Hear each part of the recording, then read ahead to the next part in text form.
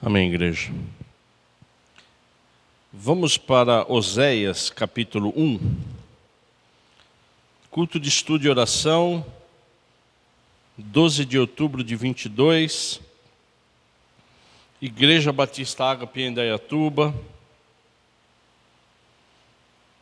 Você pode se inscrever no nosso canal de YouTube.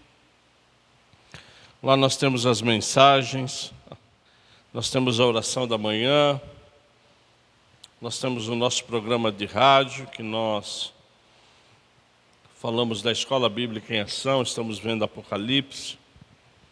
Divulgue a palavra, não retenha a palavra.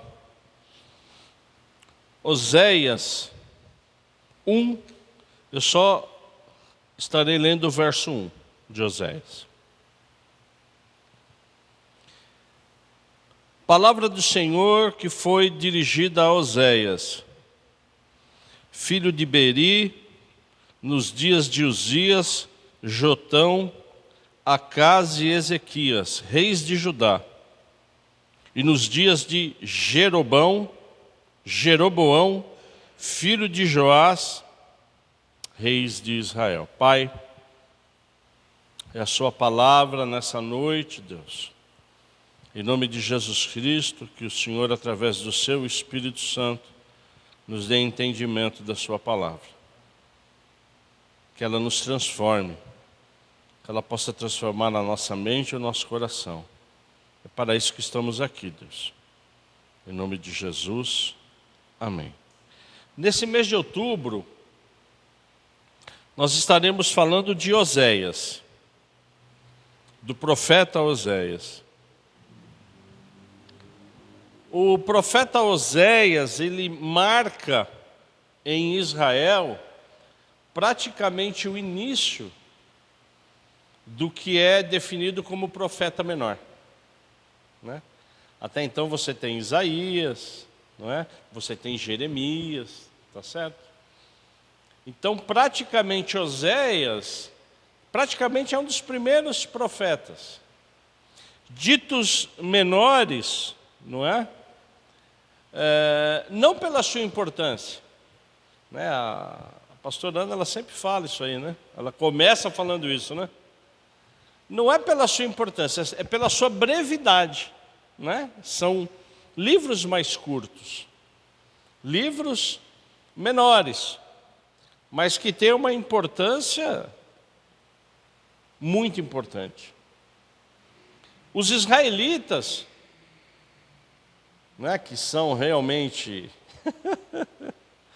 né, expertos no Antigo Testamento, né, em todo o Torá, eles chamam os profetas de os 12. Já leu os 12? Vai lá nos 12. Né, que realmente são 12 profetas. E a gente, graças a Deus, todo mês estamos estudando um. E como a gente também sempre fala, o profeta, ele tem muito a ver com o ministério dele. E Oséias significa o quê? Salvação. Ele pregou salvação, não é? Só que antes dele pregar salvação, ele pregou a Israel o quê? Repreensão.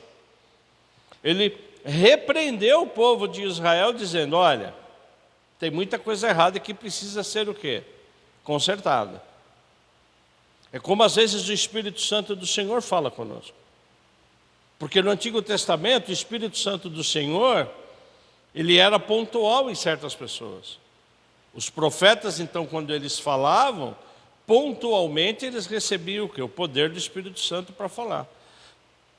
Quando Jesus Cristo veio e ascendeu ao céu e disse que o Espírito Santo viria, e ele realmente veio, ele nos dá essa oportunidade de nós buscarmos a ele, num relacionamento direto com o Pai, para que Ele nos fale o que está errado. É por isso que a gente orou, né? Iniciamos o nosso culto orando. Oséias, ele não fala só de repreensão, ele fala de punição. Oséias, ele fala de consequências. Qual a consequência de que se você não se arrumar, de você não se converter? Oséias fala de uma coisa interessante também, aliás, todos os profetas falam, que há repreensão, há o aviso, né? Há a correção, mas há no futuro uma salvação. E exatamente um dos pontos importantes de Oséias, não só a punição, não só a repreensão, mas o aviso de que lá na frente viria um Salvador, que haveria em Israel o quê? Salvação. E eu quero colocar um ponto importante nesse primeiro dia, que nós vamos usar muito no segundo dia, semana que vem. O Espírito Santo, ele faz com que Oséias trate Israel, veja bem, como é forte isso. O Espírito Santo faz com que Oséias trate Israel como a noiva infiel.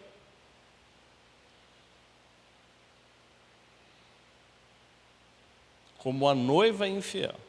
Agora eu pergunto para nós os homens. Teria algo mais terrível do que uma noiva infiel? É claro que a mulher, que quando nós casamos, nós não queremos a infidelidade.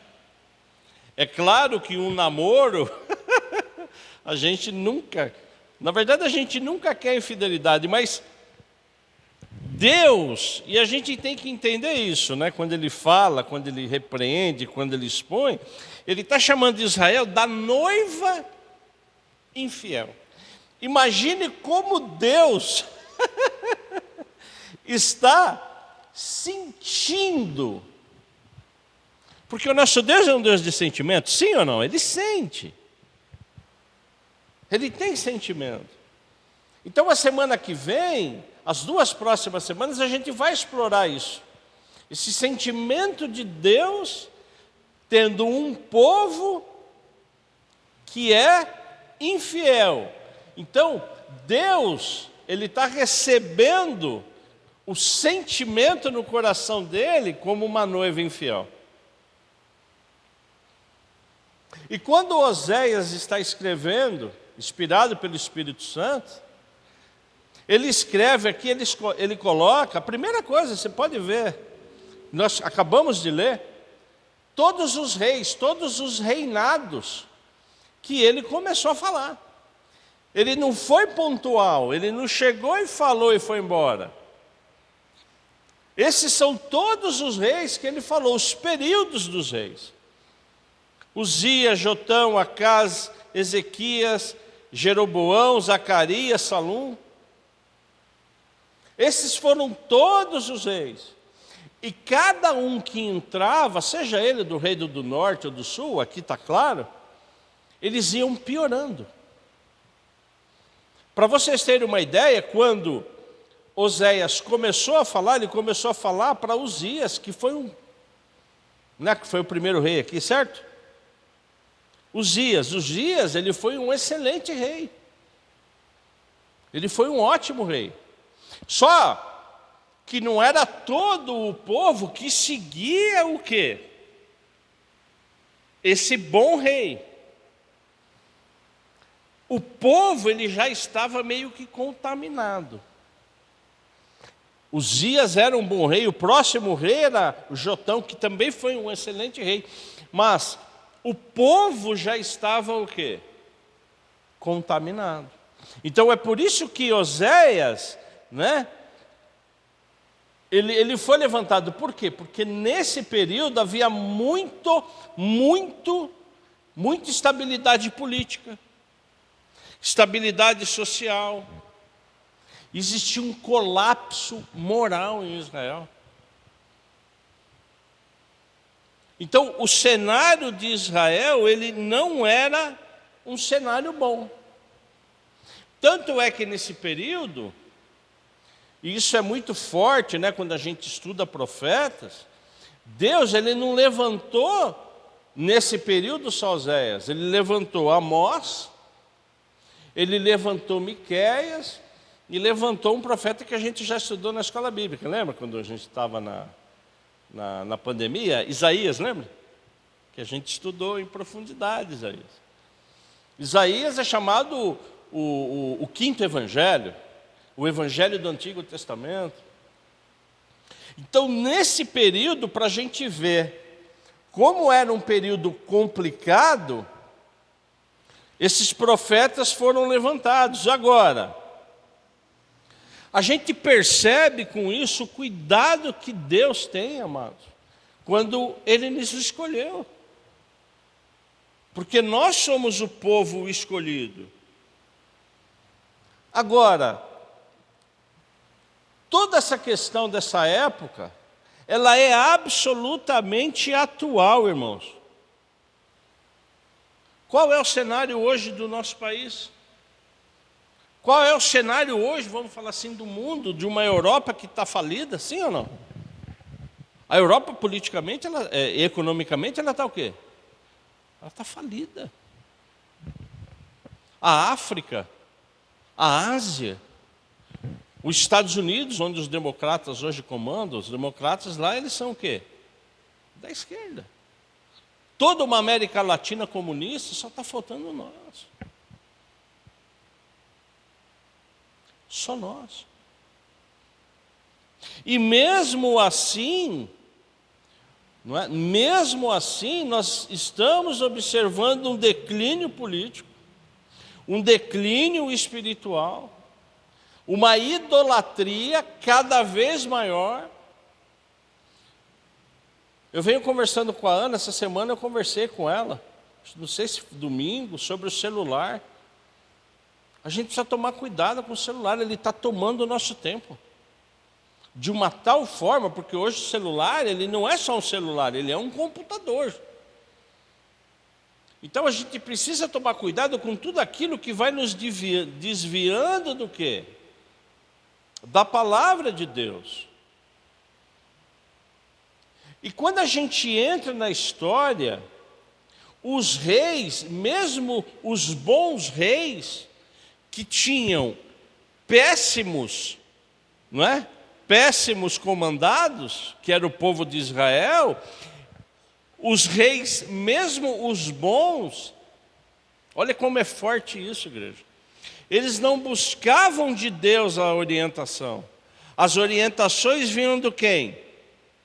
Do povo mais forte na época, quem? Os egípcios, os assírios. Olha como é forte isso, a gente não buscar a Deus. Então, o povo de Israel, cada vez mais o quê? Perdendo a devoção com Deus. O rei não busca, percebe? Os poucos que buscavam não eram engolidos. Então é por isso que o Espírito Santo ele começou a bradar o quê? Na vida de alguns homens fiéis a Deus, para que esses homens realmente avisassem. E eu convido você, durante a semana, leia Oséias. É um livro pequeno da Bíblia. Você vai perceber o amor redentor de Deus, o amor por Israel, o amor pela noiva. Ele tem um amor tão grande, e ele usou Oséias para falar repetidamente desse amor. E o ministério de Oséias, ele é tão lindo, amados. Semana que vem nós vamos abordar esse ministério, ele é tão lindo. A gente vê um relacionamento tão lindo de Oséias com Deus, que eu não sei se nós, como homens hoje, poderíamos aceitar e fazer o que Oséias fez. Então Oséias, ele realmente vem nessa noite para fazer com que eu e você, a gente tenha realmente, amados, não é? Essa inspiração do Espírito Santo de que Jesus Cristo nos ama, de que Deus nos ama, de que nós somos o quê? As meninas dos olhos. É por isso que o apóstolo Paulo, em Romanos, mesmo em Gálatas, ele diz o quê? Não tem mais judeu, não tem mais grego, não tem mais escravo, não tem mais livre, não tem homem, não tem mulher. Todos são tudo em Cristo. Amém? Então, todos nós somos o quê? As meninas dos olhos de Jesus. Então, esse amor, não é? Esse amor que Deus, Ele sempre teve para Israel, e sempre falou, e sempre buscou, Ele tem para conosco. E hoje, amados, e nós já estamos terminando essa mensagem de hoje, hoje o Espírito Santo nos traz até aqui com um propósito. É claro, é evidente que nós vamos orar pelos pedidos. Mas hoje Ele nos traz aqui para que a gente ore, para que o Espírito Santo do Senhor nos dê estratégia para falar do amor de Cristo. Porque Ele nos escolheu. Amém ou não? Porque esse caos que Israel estava passando, e foram anos, a gente sabe disso, amados, é o mesmo caos que nós estamos vivendo hoje. É um caos político, econômico, moral, ético, sim ou não? E que nós estamos à beira aí do abismo. Se a gente não orar, se a gente não buscar, se a gente não clamar, se a gente buscar estratégias do Espírito Santo. Não é? Porque a gente sabe, amados, que Deus não muda. O sentimento de Deus para conosco não muda.